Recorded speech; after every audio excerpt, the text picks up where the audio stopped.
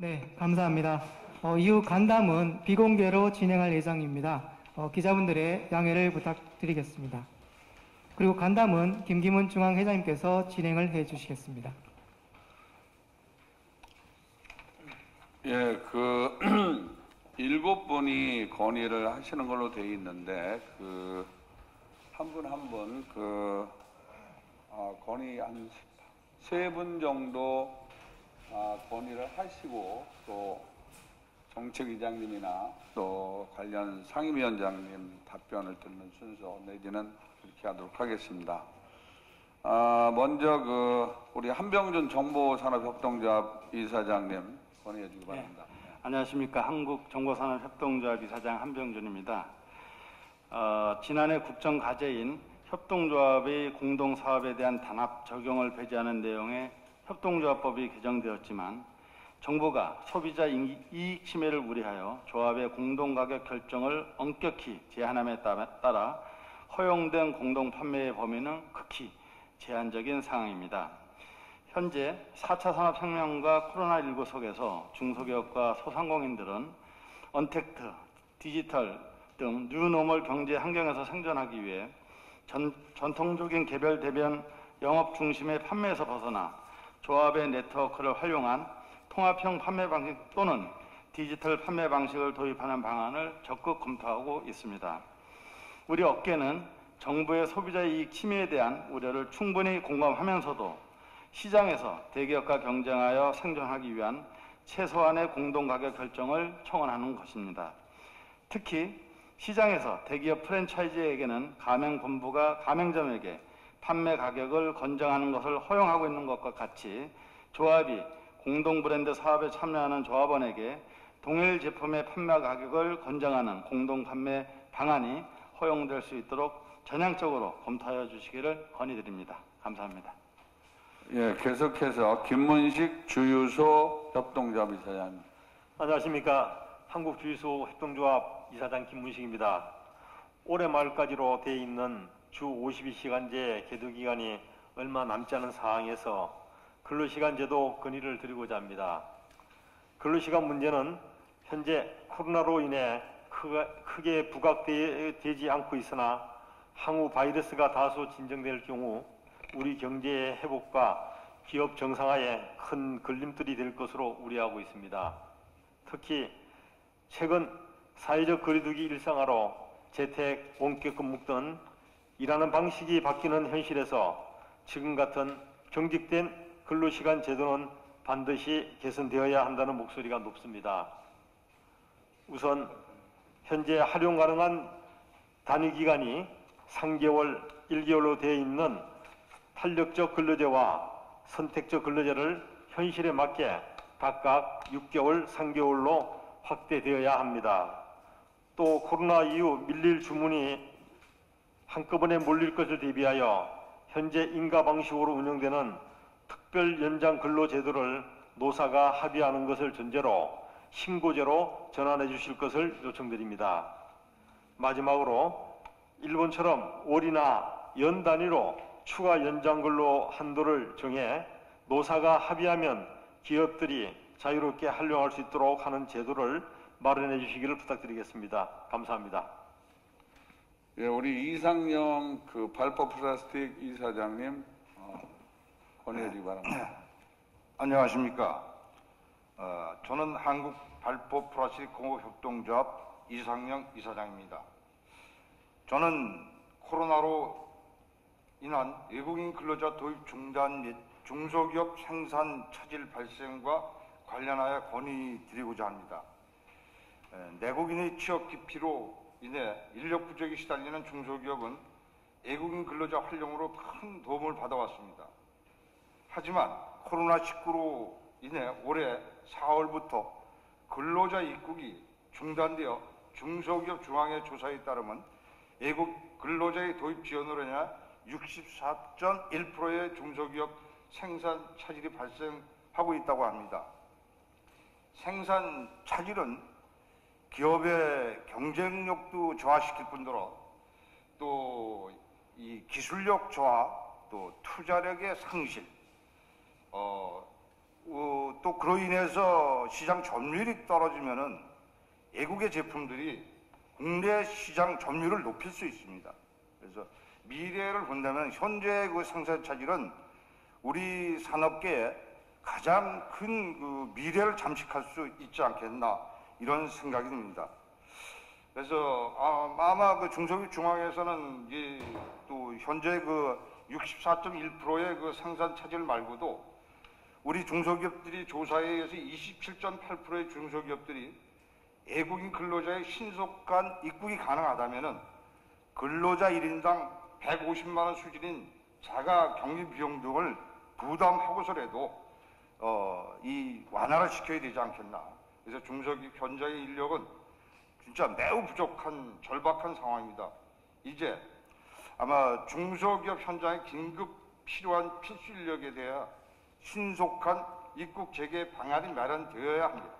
이와 관련해서 중소기업들은 입국 전후 코로나 검사 및 자가격리 등 정부 방침에 철저히 협조를 할 것을 말씀드리고자 합니다. 부탁드리겠습니다. 감사합니다. 예, 여기까지 질문 받고 그 답변을 듣도록 하겠습니다. 예. 우리 정책위장님께서 예.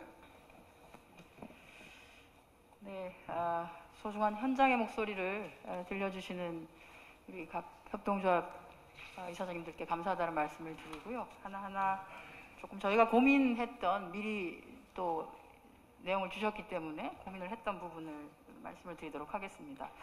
한병준 정보산업협동조합 이사장님께서 주신 그 협동조합에서의 물품에 대한 권장 가격 일정 부분에 대해서 좀 담합이 아닌 것으로 인정을 해달라고 하는 부분인데요. 저희가 사실 이 안건은 오랫동안 중소기업 협동조합에서 요구를 하셨었고, 그래서 마련했던 것이 조합이 공동으로 만드는 물건에 대해서는 어쨌든 담합으로는 보지 않는다라고 하는 그 제도의 변경은 지난해에 개정을 했습니다. 해당 법안을 개정을 했는데, 다만 이제 가격 결정과 관련된 부분에 있어서는 저희 이제 공정위도 그렇고 조금 조심스러운 면이 있기는 합니다.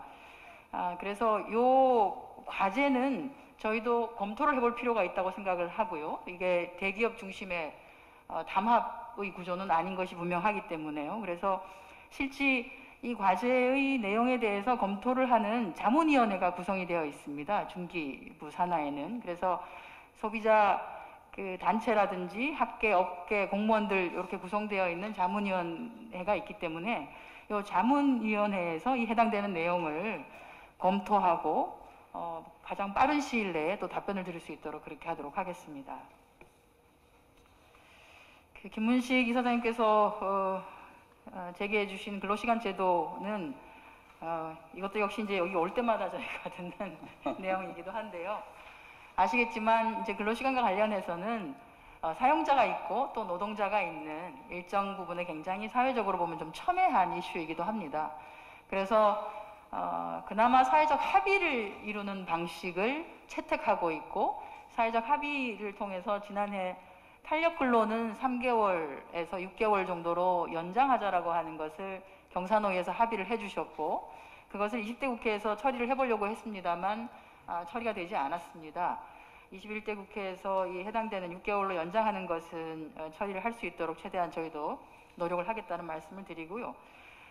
그것에 대한 대안의 하나로 현장에서 일어나고 있는 여러 가지 어려움, 또 우리가 일본 이제 수출 규제로 인해서 새로운 개발이라든지 제품을 생산한다든지 하는 것에 대한 어려움 때문에 특별 연장 근로, 그러니까 인가를 해서 연장 근로를 할 수 있게 하는 또는 뭐라고 할까, 생산 물품의 그 새로운 오더라고 하죠. 주문이 있어서 많은 양을 생산해야 될 때 어쩔 수 없는 경우에 대한 그런 것들을 인정해주는 제도를 노동계의 반발이 있었습니다만은 일정 부분 감안을 했습니다.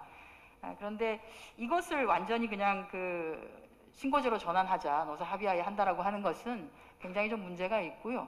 노동시간과 관련한 것은 현재 경사노위에서 합의된 내용을 일단 국회에서는 처리를 한다. 그 외에 특히 선택근로의 경우에는 사실은 사용자 단체가 아닌 노동자 단체가 요구를 해야 되는 상황입니다. 왜냐하면 본인이 나의 근로 시간을 내가 알아서 조정하겠다라고 하는 요구가 나오는 게 가장 정상적인 방식이기 때문에요. 그래서 이제 해외의 경우에도 대개 노동자 단체에서 이것을 요구를 하고 그에 따라서 제도가 변경이 됩니다. 그런데 우리는 이제 사용자 단체에서 이것을 문제를 제기를 많이 해주시니까 노동자 단체가 오히려 이것에 대한 검토를 하는 것을 거부하는 지경에 있고 하기 때문에 이것은 조금 지금 검토를 하기에는 어려움이 있다라고 하는 말씀을 드리도록 하겠습니다. 그리고 이상영 발포플라스틱 공업 협동조합 이사장님께서 제안해 주신 외국인 근로자 입국 재개는 저희도 굉장히 노력을 많이 하고 있습니다. 이 감염병 재확산 추세가 좀 진정이 되고 해당 국가도 어느 정도 안정이 되고 우리도 안정이 되면 충분히 가능하다고 보고요. 거기에 따라서 지금 진행을 하고 있다는 말씀을 드리고요. 다만 자가격리 비용을 우리가 알아서 부담을 할 테니까 들어올 수 있게 해달라고 하는 것은 이것은 그 해당자가 전혀 코로나19에 걸리지 않았다라고 하는 것을 전제하는 방식입니다. 예를 들어서 무증상이거나 한 사람이 오게 되는 경우에는 자가격리 기간 중에 증상이 나타나고 하면 이때부터는 확진자가 되어서 치료와 관련된 과정을 겪어야 하는 어려움이 있습니다.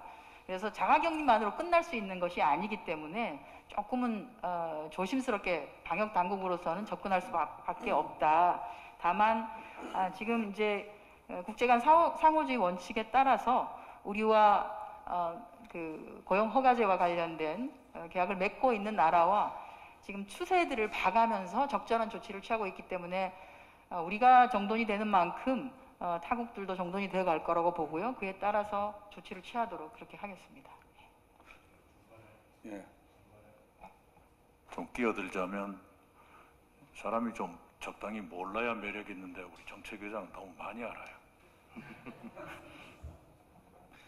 근데 그 정책위장님, 제가 두 가지 좀 보완해서 말씀드릴 게, 이게 외국인 근로자는 보건복지부하고 저희가 상의를 해서 대사관이 지정하는 그 지역의 그 나라의 병원에서 PCR을 받아가지고 들어와서 여기 와서 다시 PCR을 받고 그 사용자가 격리 비용을 하면 검토를 하는 걸로 이렇게 방역 당국하고 어느 정도 컨센서스가 이루어졌거든요. 그래서 그걸 참고해 주시면 좋을 것 같고, 또 하나는 그래서 지금 이제 캄보디아하고 미얀마 그 두 나라의 이제 올 인원이 차터기를 띄우려면은 비행기의 인원이 차야 되기 때문에 그런 것까지 지금 검토가 지금 많이 진행되고 있다는 말씀을 드리고, 그다음에 또 하나 여기 이제 단합에 대한 부분들이 사실 그 요즘 네거티브 방식을 이번 정부 들어와서 많이 써가지고 기업하는 사람들한테 굉장히 도움이 많이 되는데, 사실 카르텔로 지정해가지고 이 소비자의 권리를 침해하지 않는 행위에 대한 그런 아이템들, 예를 든다면 이 앞에 있는 배종 레미콘 연합회 같은 데에는 레미콘의 원자재가 20년 전, 50년 전이나 시멘트몰의 자갈이지 기술 개발할 내용이 없거든요. 이런 아이템들은 선진국에서는 카르텔로 인정을 해가지고 어느 정도 적정 단가를 인정해주는 그런 사항인데, 시장 가격을 보고 가격을 정해서 단합이다 아니다 뭐 이런 식의 얘기들을 하면 시장 가격은 공급이 넘치면은 싸지고 공급이 딸리면 올라가는 건데 그 자체도 구매 자체가 현실적으로 맞지 않는다. 그래서 공정거래위원회에 몇 번 얘기하는데 자꾸 자기네들 논리만 주장하고 있거든요. 그래서 법이 통과하고 법의 실효성이 지금 없고 그대로 지금 방치해 있는데, 이 부분들은 한번 공정거래위원회하고 해서 중재 역할을 해서 좀 풀어주시거나 이럴 필요가 있을 것 같습니다. 이건 간곡히 좀 검토를 부탁드리겠습니다. 예, 제 발언이 그렇게 하겠다는 뜻이었습니다. 왜냐하면 이제 공정위가 그렇게 좀 강한 그런 태도를 견지하고 있고, 다만 이제 중기부 입장에서는 그게 아닐 가능성이 충분히 있기 때문에 그것을 좀 열어놓고 그 해당되는 자문위원회에는 공정위도 들어오게 되어 있습니다. 그래서 소비자 단체와 충분한 논의를 거쳐서 해당되는 내용이 좀 적극적으로 검토가 될 수 있도록 저희도 전달을 하고 그렇게 하도록 하겠습니다. 예. 정확히 알고 계시네요. 고맙습니다. 감사합니다. 그 다음에 그 우리 나동명 전시 행사산업협동조합 이사장 여기가 가장 지금 피해 업종입니다. 지금. 예. 네, 안녕하십니까. 한국전시행사산업협동조합의 나동명입니다. 저는 오늘 건의드릴 게 행정제재 감면 및 특별사면 요청을 드리는 부분입니다. 저는 중소기업을 하면서 잠재적인 범법자가 됐습니다. 조달 입찰을 하면서 입찰을 포기했다고 행정처분하고 형사고발까지 됩니다. 그러면 행정처분하면 과태료가 부과되게 돼 있고 그에 따라서 과태료 납부하면 그걸로 끝내줘야 되는데 다시 형사고발까지 해버립니다. 그럼 형사처벌까지 받으면 이중처벌이라고 저희는 생각을 하고 있는데 이런 부분이 관행 쪽으로 지금 현재까지 진행되고 있고 이로 인해서 중소기업자들은 잠재적인 범법자가 되고 있는 상황입니다. 이런 부분이 제도적으로 개선이 되지 않으면은 계속해서 중소기업자들은 범법자가 될 수밖에 없는 상황이고 그리고 누가 중소기업을 하려고 하겠습니까? 산업의 뿌리 기반입니다. 그 기반인 중소기업들을 사업을 할 수 없도록 만드는 현재 국가계약법이라든지 지방계약법이라든지 공공기관 관련 법들 이런 법에 의해서 잠재적인 범법자로 계속 남아있다 그러면은 대한민국 산업 근간이 흔들릴 거라고 봅니다. 이런 측면에서 이중적인 처벌, 행정처분을 받았으면은 그에 따라서 형사처벌을 안 한다든지 이런 부분들에 대해서 개선이 되지 않으면은 계속해서 이런 문제가 대두될 거고 이로 인해서 우리나라 산업 근간 자체가 흔들릴 거라고 보고 있습니다. 그래서 기존에 이런 처벌을 받았던 중소기업자들은 전부 특별사면 해주실 것을 건의드리고 마찬가지 향후에 법 개정이 되든 제도 개선이 됐든 시행령 시행규칙이 개정이 돼가지고 이런 부분에 의해서 이중처벌이 안 받는 그런 법을 추진을 좀 해주셨으면 감사하겠습니다. 예, 감사합니다. 그 다음에 대한전문건설협회의 김영윤 회장님. 마이크 좀 꺼줘요. 끝나고 나서. 예, 안녕하십니까. 저는 오만여 전문건설업체가 회원사로 구성되어 있는 전문건설협회 중앙회 회장 김영윤입니다. 현 정부 들어 추진하고 있는 건설산업 혁신 방안에 따라 종합과 전문건설업 간 상호시장 진출 시 영세 전문업체 보호 대책 마련에 대한 말씀을 드리겠습니다. 국토부는 생산체계 구조 조정을 통하여 생산자 간 공정거래를 유도하여 소비자 편익을 제고할 수 있도록 종합과 전문업 간 업역 규제를 철폐하여 내년 1월부터는 상호시장에 진출할 수 있도록 허용하였습니다. 그러나 종합건설업체는 전문건설 시장에 진출에 부담이 없는 반면 저희 5만여 전문건설업체는 소규모 공사조차도 종합업종의 등록 기준을 갖추도록 하고 있어 영세 전문건설업체로서는 커다란 진입장벽으로 작용하여 64%에 해당하는 단일 면허를 가지고 있는 3만여 전문건설업체는 사실상 업역이 폐지된 종합공사 시장 진출이 어려운 실정입니다. 따라서 건설사업자 간 경쟁 구도는 유지하면서도 과도한 부담이 되지 않도록 영세 전문업체가 종합공사 시장에 진출하는 데 있어 종합업종 등록기준 충족 요건을 완화하는 등 영세사업체 보호 대책 마련을 요청드립니다. 우리 협회도 관련 부처의 애로사항을 전달하겠지만 여당 대표님과 정책위 의장님께서도 관심을 갖고 보살펴 주시면 감사하겠습니다. 예. 계속해서 여성경제인협회의 정윤숙 회장님 보내해 주시기 바랍니다. 한국여성경제인협회 회장 정윤숙입니다. 오늘 이낙연 더불어민주당 당대표님과 중소기업인 간담회에 이렇게 발언의 기회를 주셔서 매우 기쁘고 감사합니다. 그리고 또한 이 자리를 빌어서 이낙연 더불어민주당 당대표님 당선을 진심으로 축하드립니다. 여성 창업 활성화 및 기업 활동 촉진을 위한 예산 확대 지원에 관한 건 말씀드리겠습니다.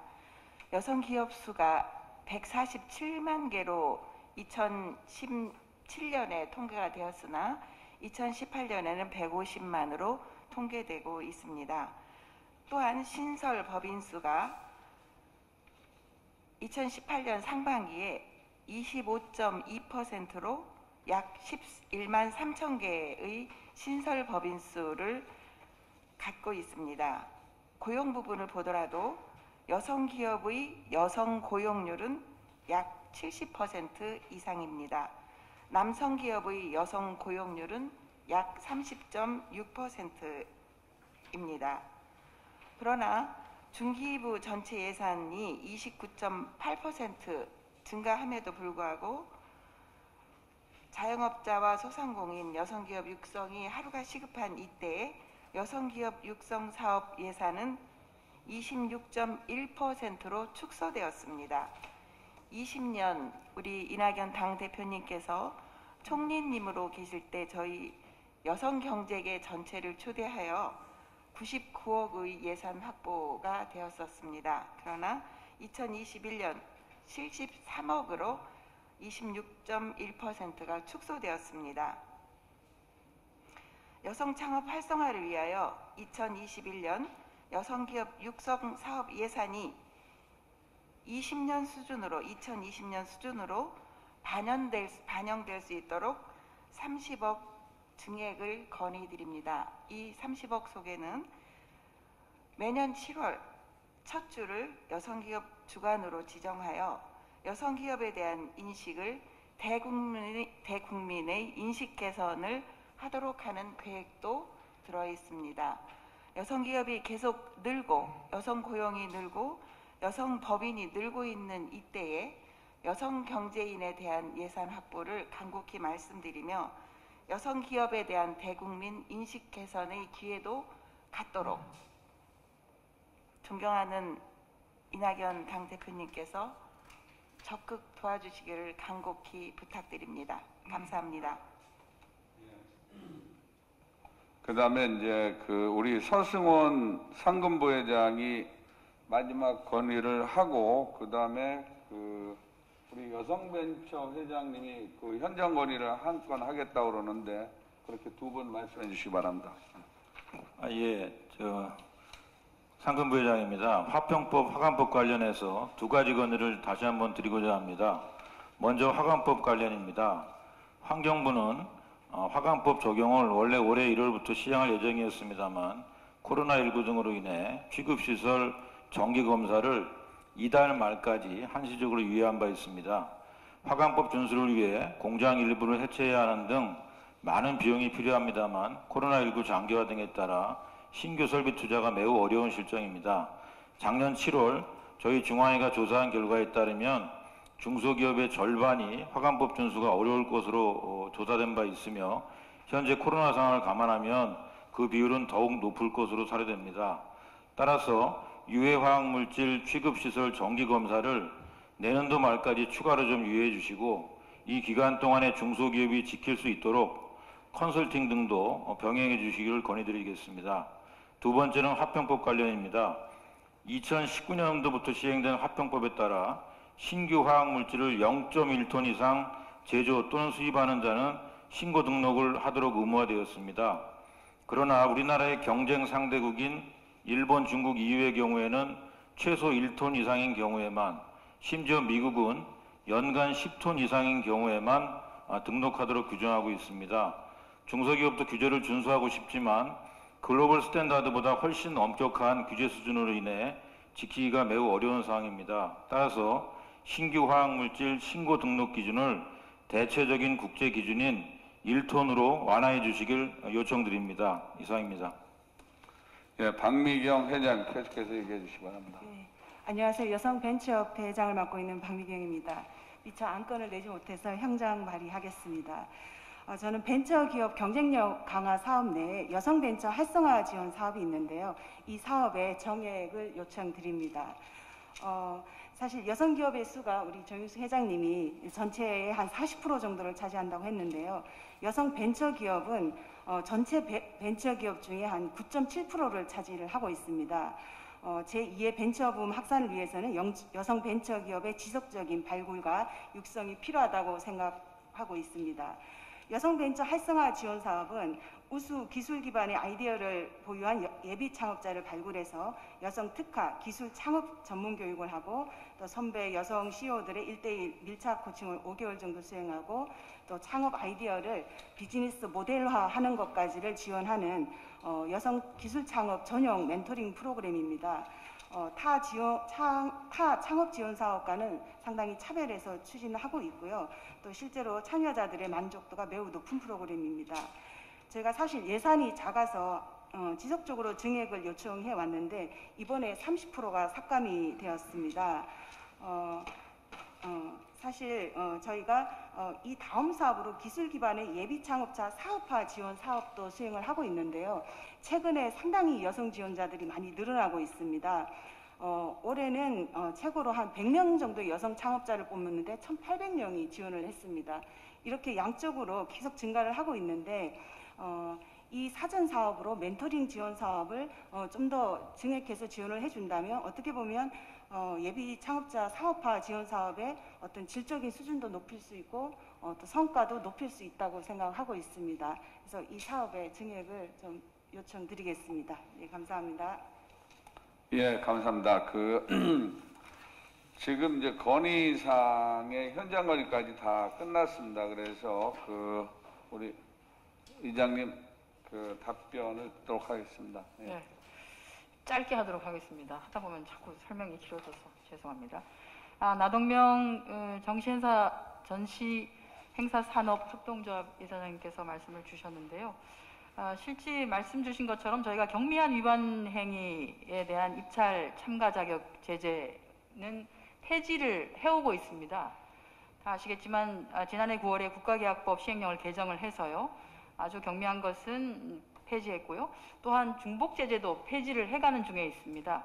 예를 들자면 공사와 관련한 경우에는 입찰 참가 자격 제한 기간 만료 후에 감점 규정이 있었는데 이것을 지난해 12월에 폐지를 했고요. 용역의 경우에는 올해 6월 달에 폐지를 했습니다. 그리고 물품의 경우에는 금년 내에 이것과 관련해서도 감점 규정을 추가적으로 폐지할 예정이라는 말씀을 올리겠습니다.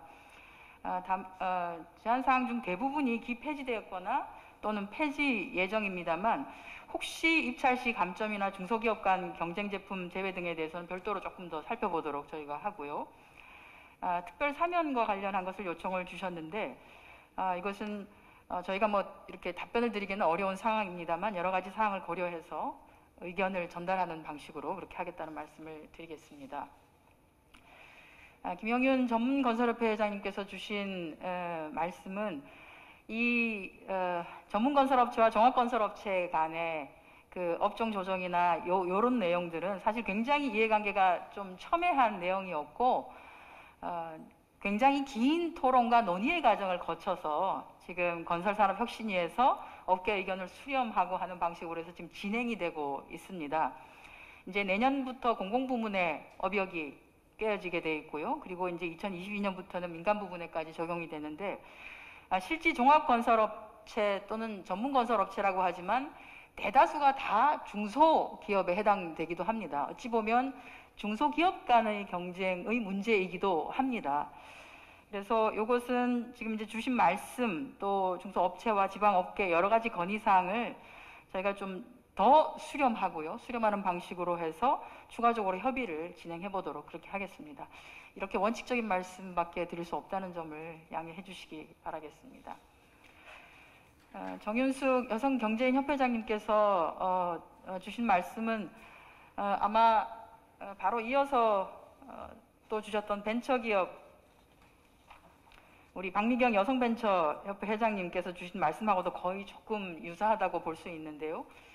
정부가 예산을 세우고 할 때 가능한 성인지적 관점에서 예산을 반영을 하고 그렇게 할 수 있도록 노력을 기울이게끔 하고 있습니다만 새로운 사업이 들어오거나 하게 되면 전반적으로 다른 사업에서의 감액들이 일어날 가능성이 있고 총액이 확 늘어나지 않는 다음에는 그러다 보니까 이런 사항이 발생을 하는 것 같습니다. 저희도 이번에 내년도 예산과 관련한 것이 국회에 곧 제출되어 있고 하기 때문에 저희가 국회 심의 과정에서 이것은 예산의 증액과 관련된 논의를 하겠다는 말씀을 올리겠습니다. 서승원 중기중앙회 상권 부회장님께서 말씀을 주셨는데요. 화평법, 화관법 관련한 내용입니다. 화평법 정기검사 유예기간 연장과 관련해서는 올해 9월까지 검사 대상 사업장은 내년 4월까지로 저희가 2월을 했습니다. 다만 이제 제안해 주신 10월 이후의 검사 대상 사업장 역시 마찬가지로 추가 연장하는 그런 검토 중에 있다는 말씀을 드리고요. 필수적으로 컨설팅이 병행될 필요가 있다는 말씀 동의합니다. 그래서 이거 역시 해당되는 예산이 적극적으로 내년에 반영될 수 있도록 하겠다는 말씀을 올리겠습니다. 신규 화학물질 등록 기준을 국제 기준 다른 몇 개 이제 나라 예를 드셨는데 조금 그렇게 감안을 해달라고 하는데요. 이 신규 화학물질 등록은 화관법 이전의 유해화학물질관리법에 따라서 91년도부터 이미 0.1톤으로 되어서 운영되어 온 제도이기도 합니다. 그리고 이 내용은 EU 같은 경우에가 대개 이제 우리가 EU와 사업을 많이 하는데 0.1톤으로 되어 있기도 하고요. 일본도 연간 1톤 미만에 대해서는 1톤 미만은 신규 물질도 식별 정보라든지 또는 수입량 등 정보들을 제출하도록 되어 있습니다. 이제 다른 나라들이 전혀 관리를 하지 않는 것은 아닙니다. 관리 방식이 조금 다르다고 보고 이 해당되는 0.1톤의 경우에는 기존의 우리 유해화물질 관리법에서 있던 제도가 그대로 수년되어서 올라오고 있는 상황이기 때문에 그것은 조금 양해를 오히려 해주셨으면 하는 말씀을 올리겠습니다. 마지막으로 박미경 여성벤처협회 회장님께서 말씀 주셨던 것은 그렇게 같이 이해를 좀 해주시면 좋겠습니다. 저희가 내년도 예산을 심사하면서 꼼꼼하게 좀 챙기도록 하겠습니다. 예, 감사합니다.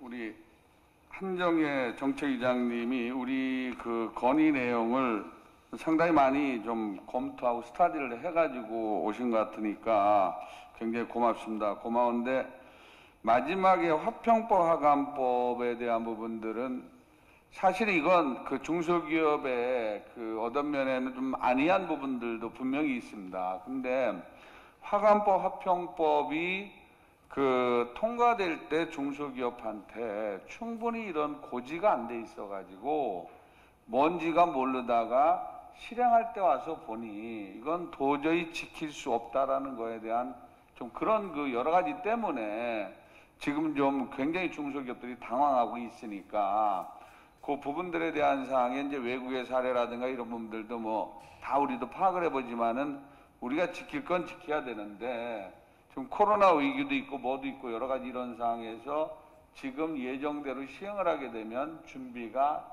전혀 안 돼 있다. 이걸 좀 감안하셨으면 그렇게 당부를 드리고 싶습니다. 그 부분에 대한 사항들은. 그리고 이하경 국회 산자중기위원장님 오셨는데 하실 말씀. 예. 중소기업위원회 엊그저께 법안 심의를 여기 김경만 의원께서 함께 참여해서 하셨는데 뭐 대다수 여야가 큰 쟁점 없이 토론된 걸로 알고 있습니다. 그래서 법안소에서 이제 상임위에 이번 주에 올라오는데 이번 주에 잘 처리해서 본회의 통과가 좀 잘 될 수 있도록 노력하겠습니다. 네, 자세한 것은 또 필요하신 대로 자료를 보내드리겠습니다. 예, 감사합니다. 그래도 마지막으로 우리 김경만 의원이 우리 중소기업을 위해서 여러 가지 입법 활동을 많이 하고 계시는데 한번 마지막으로 한 말씀 해주기 바랍니다. 예. 어쨌든 오늘 주신 말씀 그리고 평소에 많이 듣던 건의입니다만 이런 내용들을 포함해서 언제나 현장의 이야기를 또 국회에 이렇게 전하고 입법화하는 데 참고하고 그런 메신저 역할을 충실히 하도록 하겠습니다.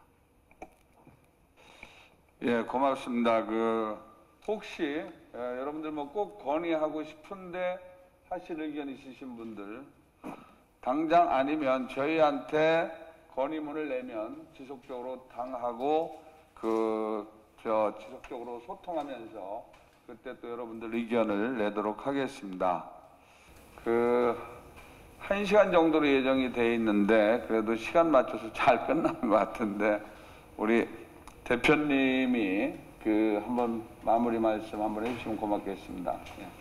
예, 제가 마무리 말씀드리기 전에 발언을 하지 않으신 홍일점, 옥덜매, 최주리 회장님 혹시 하실 말씀 있으면 1분 동안 말씀하세요.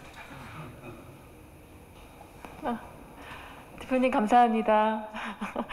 제가 발언 기회가 안 올 것 같아가지고 아쉬움만 가지고 있었는데 지금 저는 경기도의 생활치료센터 의료인 그 자원봉사자 모집에 신청을 해놓은 상태예요.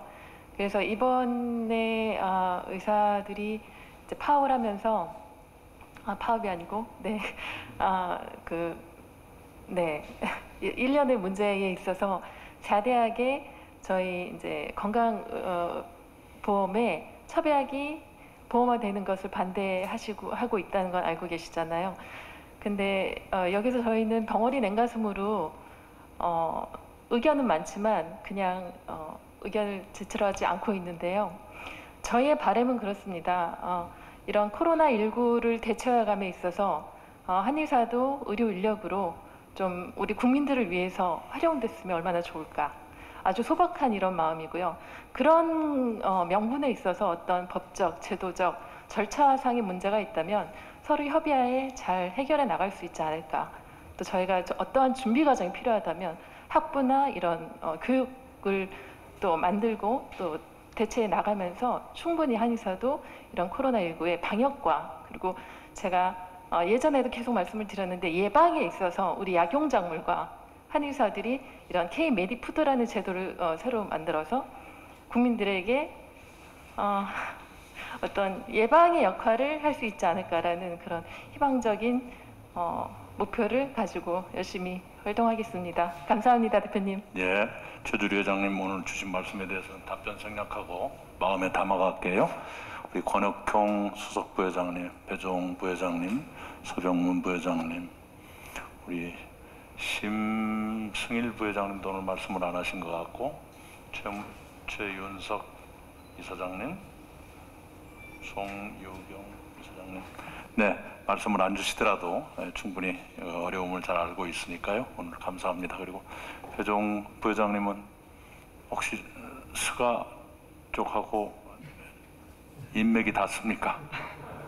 스가 지금 관방장관 모레 총리가 되실 분.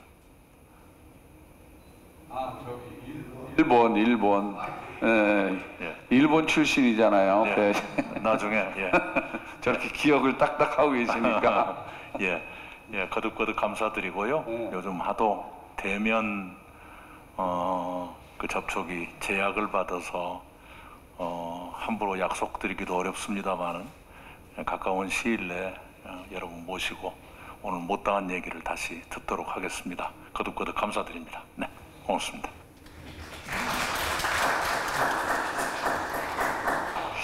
그 마지막으로 여담 한 말씀 드리면 우리 이낙연 대표님이 막걸리를 좋아하신다고 그러는데 저도 한 2번 같이 모시고 막걸리를 먹어봤는데 그때 한 말을 한 사람 한 사람 이름 얘기까지를 다 기억하고 계시는 것 같아요.